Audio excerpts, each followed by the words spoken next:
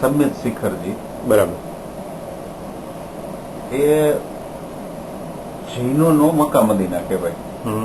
અને જૈનોના 24 તીર્થંકરો પૈકી 20 તીર્થંકરો આ સ્થળેથી અને હજારો ને લાખોની સંખ્યામાં મહાન ઋષિ મુનિઓ, જૈન ઋષિ મુનિઓ આ જગ્યાએથી નિર્વાણ પામ્યા છે. બરાબર.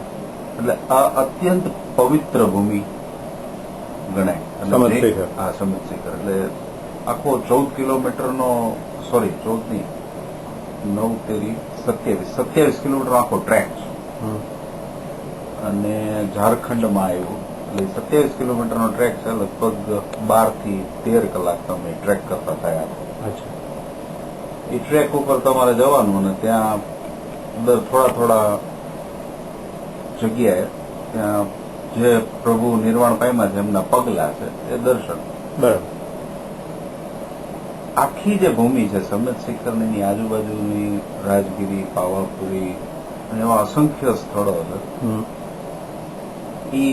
એનું જો સાચું વિવરણ જાણવું હોય ને તો કાકા કલેકરની પુસ્તક છે રખડવાનો આનંદ, એની અંદર આનું બહુ સુંદર વિવરણ કરેલું છે.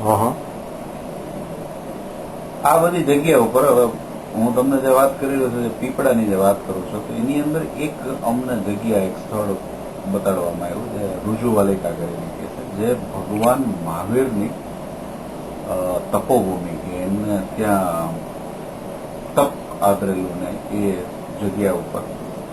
અને મારી જાણકારી મુજબ કદાચ એની જન્મભૂમિ પણ છે. એ સ્થળ ઉપર ત્યાં એ લોકો એક પીપળો દેખાડા છે માત્ર. એટલે મંદિર છે, સુંદર મંદિર છે. અને પછી આ પીપળો દેખાડે કે આ વૃક્ષની નીચે ભગવાન મહાવીરે એમનું તપ કરેલું, એમને કેવળ જ્ઞાન મેળવેલું. ત્યારે સાયન્સના બેઝ ઉપર આપણે કદાચ વિચારીએ તો મહાવીર નિર્વાણને 2500 વર્ષ થયા. એટલે 2500 વર્ષ જૂનું કઈ વૃક્ષ, આઈ ડોન્ટ નો, બોટની સાયન્સની વિરુદ્ધની કઈ વાતો છે.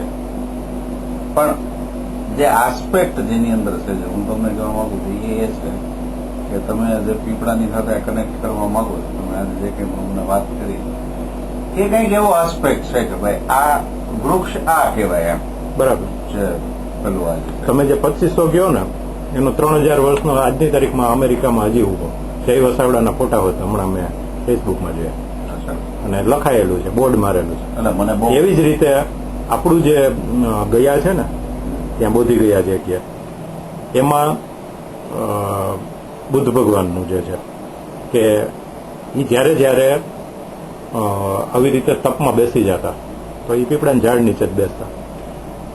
એની પત્ની કે આ અહીંથી ઉઠશે જ નહીં, એવી રીતે એને હેરાન કરવા માટે 3 વખત એ ઝાડને કાપી અને બાળી નાખવામાં આવે કે આ ઝાડ જાય ને તો આ અહીંથી ઉઠશે.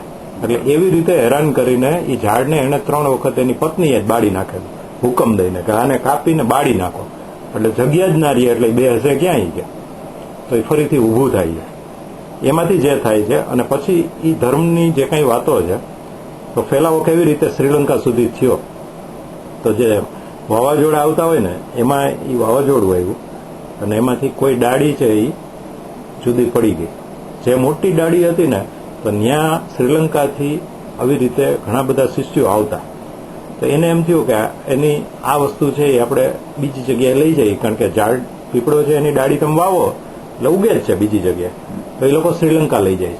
શ્રીલંકા જયારે વાવે છે તો રાજા ત્યાંના જે હતા ને એને એક આ સાધુઓ છે એને સાધુ સમજાવે છે કે ભાઈ આવી રીતે આવડું મોટું ઝાડ ત્યાં છે, આ બોધી ગયા ત્યાંથી લઈ આવ્યા છે, આ પવિત્ર ઝાડ. તો રાજા કે એ તો બહુ સારી વાત છે કે તમે વાવો. તો ત્યાં હાથી એટલા બધા હતા કે એ ઝાડને થવા ના દે. ત્યાં થોડુંક જાય ને હાથીને પીપળો, પીપર અને બીજા આવા ઝાડ જે છે ને એના કુણા પાન છે ને એમ પીપળો અતિ પ્રિય, એટલે એ થવા જ ના દે. ત્યારે રાજા ખાર ખાઈ ગયા. તો 11 ફૂટ કે 12 ફૂટ, મારી પાસે લખેલું ભગવત ગોમંડલમાં આ છે આખી સ્ટોરી, કે 12 ફૂટનો ઓટો બનાવ્યો, હાથીની ઊંચાઈથી ઓટો ઊંચો કર્યો અને પછી ત્યાં જઈને રોપ્યો. એ ફરીથી કાઢી નાખેલો, ફરીથી રોપ્યો. હજી આજની તારીખમાં એ તે દિવસનું વાવેલું ઝાડ હજી છે.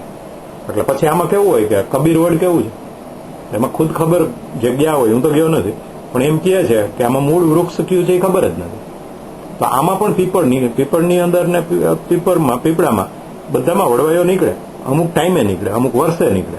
એટલે એ પછી એમનું પ્લાન્ટેશન, તમે 2500 વર્ષની જે વાત કરો જ ને, એ આવી રીતે હોય છે કે મૂળ ઝાડ એનું નાશ પામી ગયું હોય, બરાબર, અથવા તો ખબર જ ના પડે, બરાબર. પણ એની વડવાઈઓ તો થતી જાય ને. હું તમને અત્યારે આગળ જે આ બાપા બેઠા હતા ને બતાવું ને, એ બાપા એમાં વાવેલા જે છે, જેને વડવાયો ને એ બતાવડી, એના ટેટાઈ તમે જો.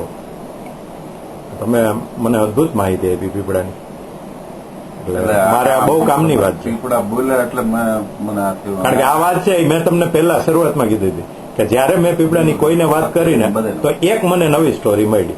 હવે એ જે નવી સ્ટોરી મળી ને, એટલે આજે આ મારો એક દિવસ જ એમ ધન્ય ગયો.